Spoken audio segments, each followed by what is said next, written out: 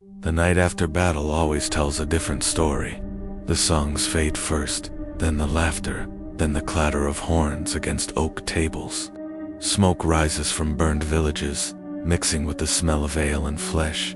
It is in that smoke, thick, slow, almost alive, that history hides the truth.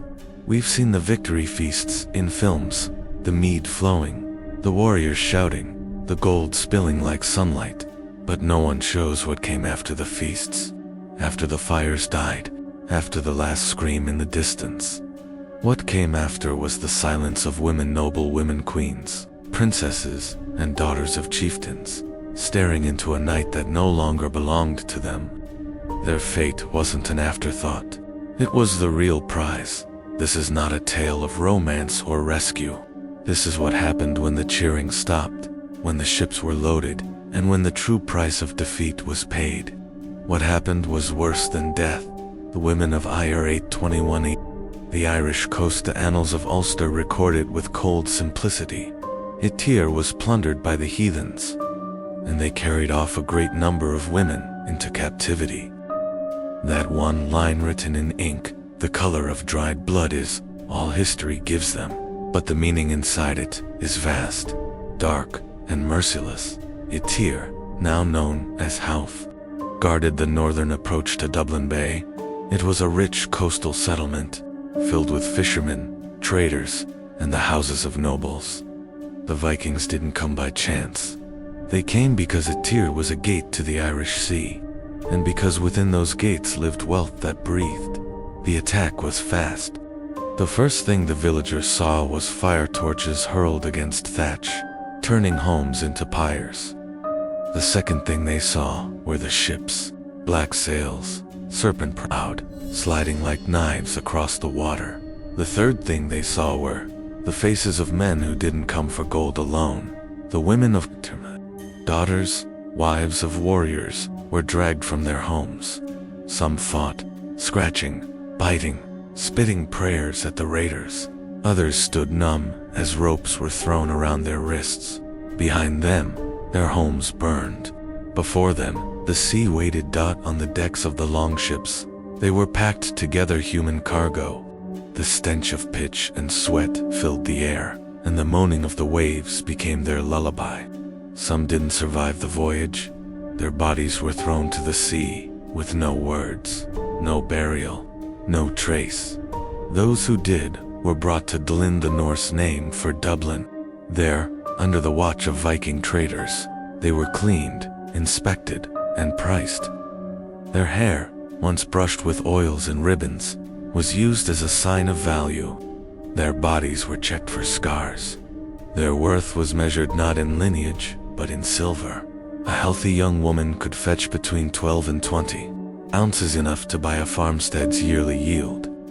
To her captors, she was livestock. To the market, she was coin.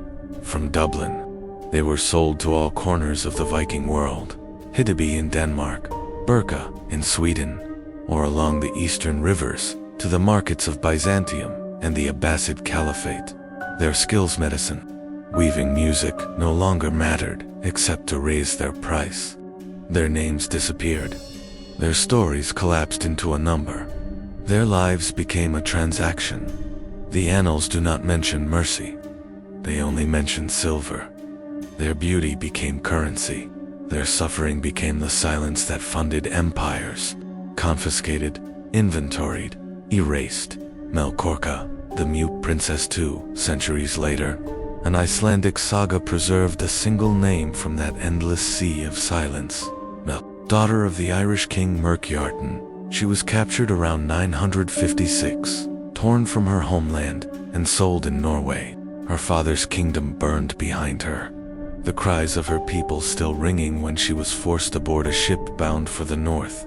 In Norway's cold market, she stood among others, trembling, exhausted, dressed in rags. Her beauty caught the eye of Höskuldur Dalakarlsson, a rich chieftain from Iceland, trading under the authority of King Håkon. He asked the trader, "Who is she?" The man shrugged. "An Irish mute," he said. Höskuldur bought her for 3 marks of silver, 24 ounces. He didn't buy her silence, but he thought he did. Melkorka never spoke a word to him, not when he led her to his ship, not when he made her share his bed. For years, she lived in his hall as his concubine, bearing him a son she named Olaf, though no one knew why. To the household, she was a ghost in human form, serving in silence, her eyes distant, her lips sealed, but her silence wasn't weakness. It was a weapon, a fragile barrier between who she had been and what they wanted her to become. One day, years later, Huskolder walked by a stream near his farm and heard something strange, soft, melodic words in a foreign tongue. He followed the voice and found Melkorka teaching her son Gaelic. He stood frozen, listening as she spoke the truth she'd buried for years. "You are the grandson of King Murkiarton of Ireland." Her identity, hidden like an ember beneath ash, flared back to life in that moment. Huskolder confronted her, and she finally told her story. But revelation didn't bring freedom. She remained in Iceland, still a concubine, still a captive, only now one whose chains were made of reputation instead of rope.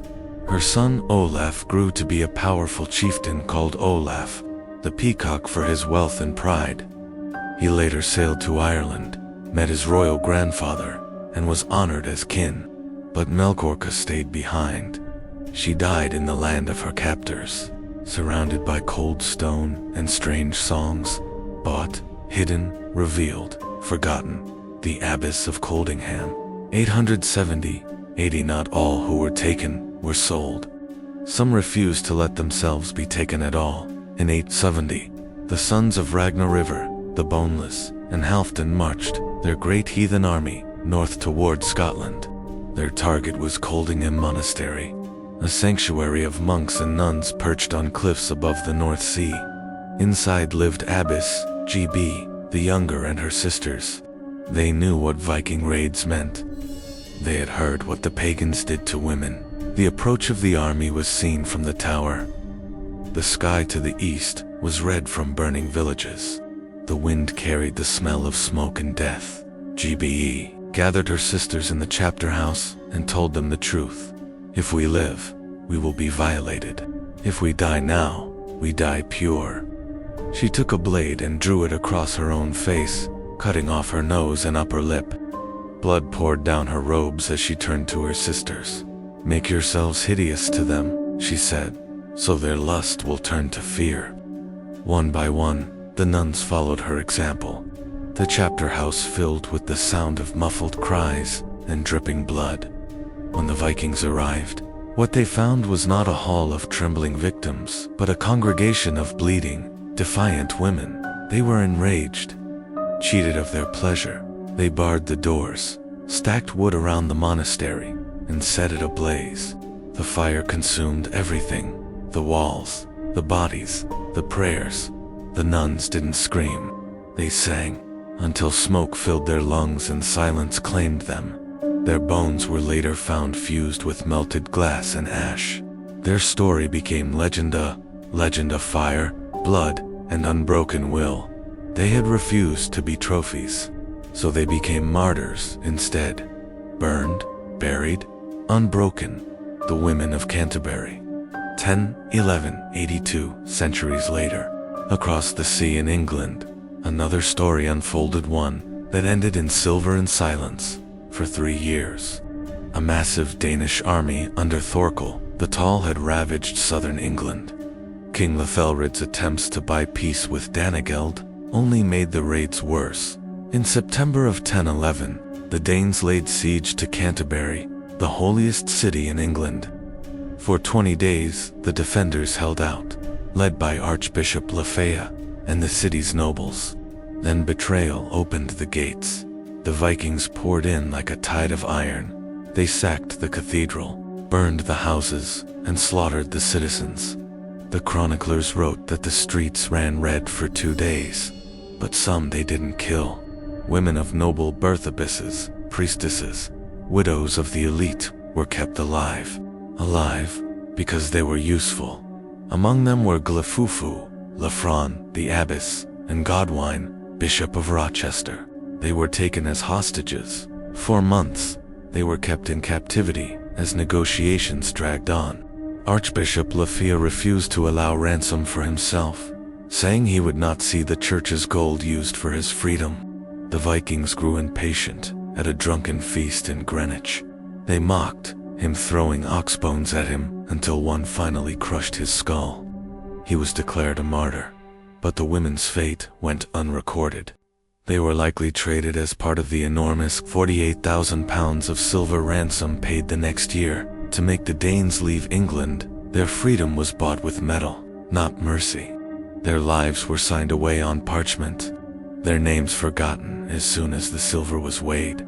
They had been currency in a game between kings, captured, ransomed, erased. When the monks wrote their chronicles, they told of heroes and martyrs, saints and sinners, but they left out the women whose bodies had become treaties, whose silence became the price of peace.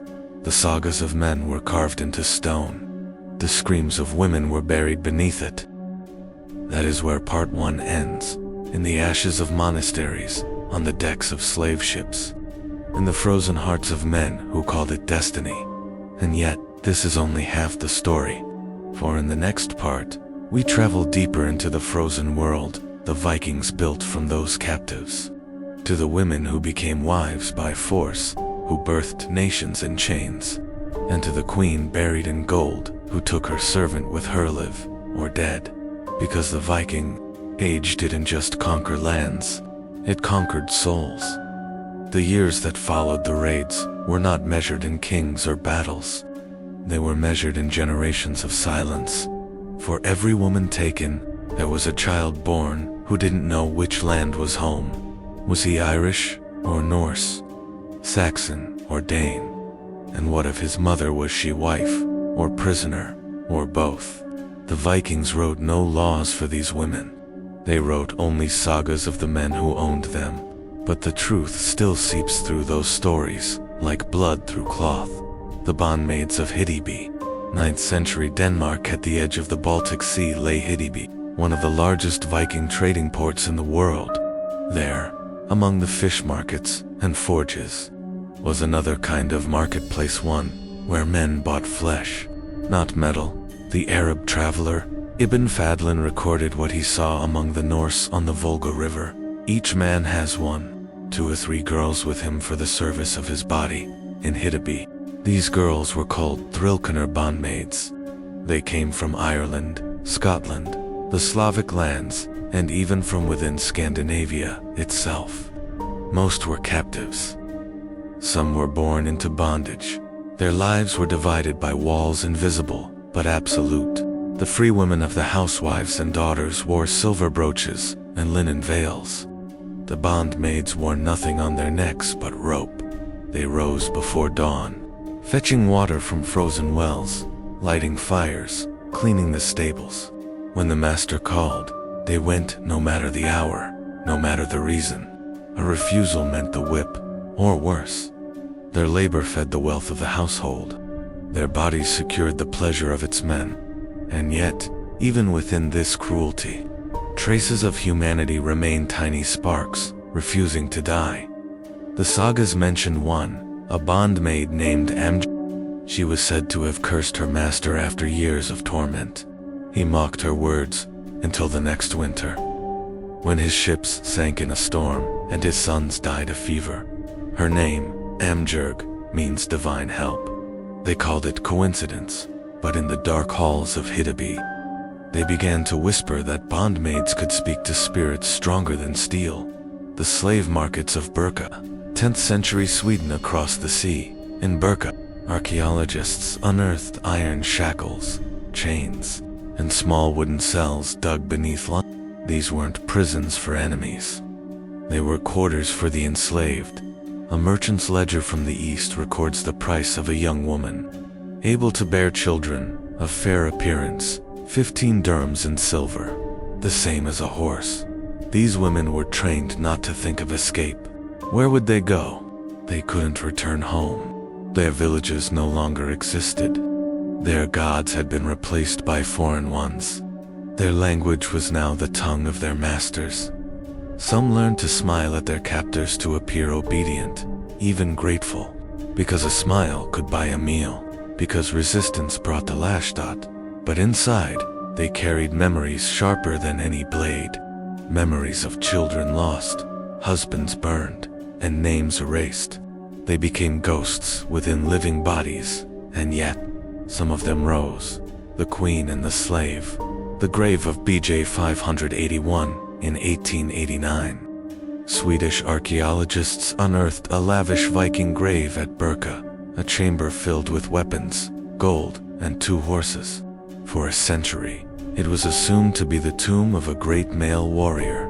Then, DNA analysis in 2017 shattered that illusion. The warrior was a woman, a Viking queen nor shield maiden buried with her sword across her chest. But there was something else in that grave. Beside her lay another woman, smaller, unarmed, her bones twisted unnaturally. Her skull bore signs of blunt trauma. The evidence was unmistakable. She had been killed at the time of burial. Was she a servant, sacrificed to accompany her mistress into the afterlife? Or a slave forced to die as proof of loyalty? We will never know. But the story the bones tell is older than any saga. It says, even in death, the chain was not broken. The eastern route, the path to the Caliphate from the Baltic to the Black Sea. Viking ships followed the rivers eastward, the Volga toward the markets of Byzantium and Baghdad. They traded amber, furs, and slaves, especially slaves. Arabic sources describe markets along the river where Viking traders, known as Rus, sold women to Arab merchants. These women were called Saklabia, word meaning Slavic, but used broadly for any pale-skinned captives. One chronicler, Ibn Rusta, wrote, "The Rus sell their women as concubines. The prettiest are kept by the chiefs themselves." These women traveled thousands of miles from their homeland. Those who survived the journey found themselves in strange lands, places where even the stars looked different. Some became the mistresses of emirs, their fair hair a symbol of exotic beauty. Some were forced into the harems of Baghdad, their Norse names replaced by Arabic ones. And some vanished into silence, leaving no trace but the faint echo of their stories in travelers' tales. They were the lost daughters of Europe, sold beneath foreign suns, remembered by none. The Norse wives' chains turned to rings by the late 10th century. Many Viking men settled across the British Isles, Normandy, and Ireland. They took local women not as captives now, but as wives. At least, that's what the chronicles say. But marriage didn't erase the origin of power. A woman could be called wife while still living like a slave in the Laxdilla saga. The character of Aud, the deep-minded, is praised as noble and wise, but hidden beneath her story is another, the countless unnamed women who built the households she ruled, who bore the sons who went to war, who served her without rest.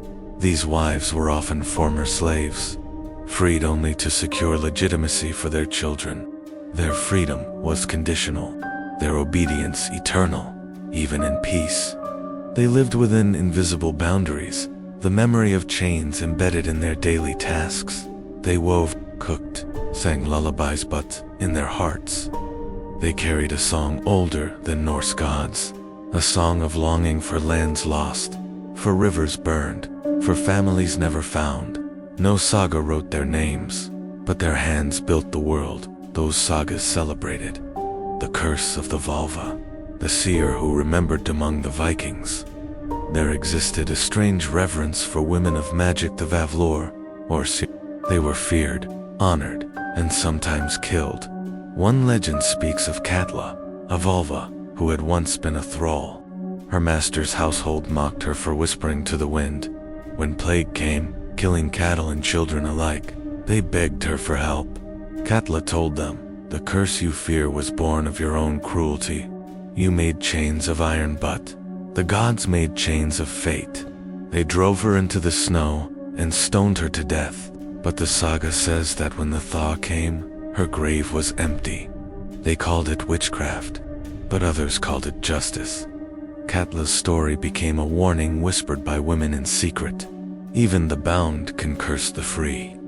The silent rebellion history likes to say, the Viking Age, ended around 1066 with the fall of Harald Hardrada at Stamford Bridge. But for the women it had consumed, it never truly ended. In Iceland, even after Christianity spread, the old laws of slavery lingered.